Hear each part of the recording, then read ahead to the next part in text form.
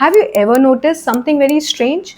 That there are some people who just move on after a failure, rejection, or a heartbreak, but there are others who are stuck in that same situation, in that same pain for years. That painful event might have happened just once in their life, but in their mind it keeps happening every day. And the problem is not that something happened sometime in our life which was painful. The problem is that how long do we carry over something which has already happened just once. So today we are going to talk about a very powerful skill which each of us needs to develop, and that is the power of letting go. And it is just not letting go of people, it is letting go of all the guilt, the regret, the feelings of disappointment, unrealistic expectations, and everything that is stealing away your peace even today. And if you're meeting me for the first time, I'm Dr. Christina, the founder of A Winning Life, where we transform lives through mindset, presence, and communication. So, without much ado, let's begin. The first and the foremost thing we need to understand to let that power of letting go taking place in us is that why is it so difficult to let go of something? Some of us think that letting go of something is completely forgetting about something which has taken place in our life. But it is not true. While others think that if something has happened, to let go of that thing, we need to be completely indifferent for that. We should stop feeling for it and start feeling, okay, it happened, it's okay. But that also is not possible. So, what is it? In simple words, letting go simply means to stop fighting with something which has already happened. And now I want you to read this again in your mind, that letting go means to stop fighting with something which has already taken place. We keep suffering in life because we keep negotiating with the reality, that why did it happen with me, why is it only me who suffers in such situations, why such people come into my life, why do I have to feel this way, why am I not enough for people. All these things we try to fight against the reality. We keep thinking about something which we have lost, and we think that if only once I get the chance again, then I will do something. Now, see what's happening. Something has already taken place. That event is now over, right? But when we are thinking about these questions, we are again and again rewriting and replaying the same scenario in our mind, which has once hurted us, which has once made us feel that pain. And the reality is that when you stop fighting with what has already happened, is the time when you start healing.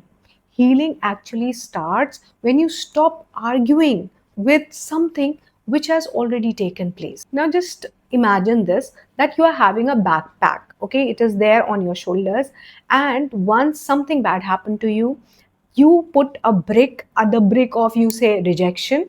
Then after some time there is another brick of failure, some other time there is another brick of loss, another of comparison, the other of betrayal. So you keep on carrying that in your backpack, all the bricks intact. After some time, what happens is that backpack gets heavier and heavier, and then you feel exhausting. And on that day, you start saying that life has been really hard for me. It is really exhausting. I am feeling as if life is going heavy on me. But to tell you the truth, it is not the pain of that particular day when you are feeling it is making your backpack heavier. It is all through those years, that those months, those days where you have been carrying this weight over you. And once in life, when the backpack gets very heavy, you stop working in the normal way. And that becomes your breaking point. And from where does this breaking point comes? Because the backpack you are carrying is already heavy. Okay, and one day you realize that why all this has happened to me, you transform it or you mistake it all into your own identity. You identify yourselves with your problems. Okay, if something has happened where you failed, you start questioning yourself as a failure. You recognize yourself as a failure, a person who could not cope up with the responsibilities or expectations of others. So these are the things which start haunting you, and it ultimately comes up to that if you have failed once, you start thinking that I'll keep failing because at that time I had failed. Someone has cheated, you will always think that, oh, I am a person who's not enough, and that is why somebody has cheated me, and in future also somebody might cheat me. So you start creating walls around you. So all these things, we start taking it on our own identity. How these bricks in our backpack have made us heavy transform into something with which we identify ourselves. We start calling ourselves as failures, as people who are not enough, as people who are always rejected, as people who are not destined to be great or successful, somebody who is mediocre, somebody who always falters. So these are the things we mistake for our identity, whereas the truth is far away from this. Okay, nothing which has happened in our life can really make our life us have a single truth. We can at any time change our reality with certain things which we have to do in our lives. So we'll be talking about all this in this video. So stick on till the last. Now, many psychological studies have been conducted where it is being established, or it has been told by famous psychologists, that our brain is made in such a way that it tries to complete the story. In reality, when we have something which has happened in our life, it might have begun, it might have the middle, but it might not have an ending. Like, we are so much focused on the happy endings. I would like to tell you about here, and you also can just reflect back, that any movie which we see, we always are looking forward to have the ending. Okay, the movies which like do not have a clear ending, we do not rate them as perfect, or we miss the ending. And that is what the brain is looking for in our real lives also. But movies and real life is totally different. Movies might have an ending, a bad or a happy ending, but in life there are many places which are not closed either by you or by somebody else or by the situation itself. There is no closure to it. But the human brain works in a way that it seeks for closure. It wants an ending to something. The brain is always looking for a beginning, a middle, and the end. Okay, we want to reason out that this happened because of such reasons. Okay, so this is how human brain works. We can't help it, but yes, if we know it, then we can do something about it. Our brain remembers the unfinished things more than the completed ones. If you reflect on the things which strike you when you're sitting alone, mostly are the things which are not the happy things. Something you do not know the answer of, something which has hurted you, are the things which strike you naturally, because this is how the brain works. And that is why you keep on replaying the old conversations, the arguments, the old memories which did not end in the way you wanted them to. Your brain is searching for closure, but here is something very important. That closure does not always comes from the other person. It is you who needs to close the situation by giving it a meaning which is aligned to your experience. Like, you can call it an experience.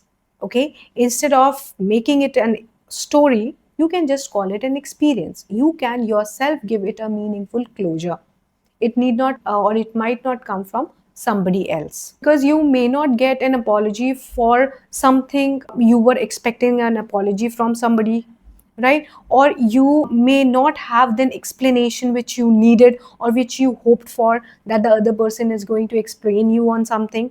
It might not happen. Okay, and mostly it does not happen. And if you're waiting for somebody else to close one chapter of your life, it means actually you are giving the control of your life to them and not to you. Sometimes you have to become the author of your life, and you need to close the chapter and write the ending by yourself. Have you ever wondered why the feeling of loss, lack, and hurt is much more stronger than any feeling of happiness, fulfillment, and satisfaction? And this, by the psychologists, have been called loss aversion. Human brain is inclined towards this loss aversion. It means that the emotions, The intensity of emotions when we lose something, or when we are hurt, or when we are in pain, is much more, okay, as compared to when something happens which excites us, which makes us happy. Just take an example that if you lose 1,000 rupees, you will be very, very upset, as compared to when you gain, or if you by chance get 1,000. And the same happens to us emotionally. When we are emotionally down and we feel that we have lost something, it is more intense, or it is more emotionally struggling for us, as compared to the possibilities we see in our lives. And that is why staying at the same place of that emotional wound and hurt, okay, feels more comfortable or more easier than to move ahead in life.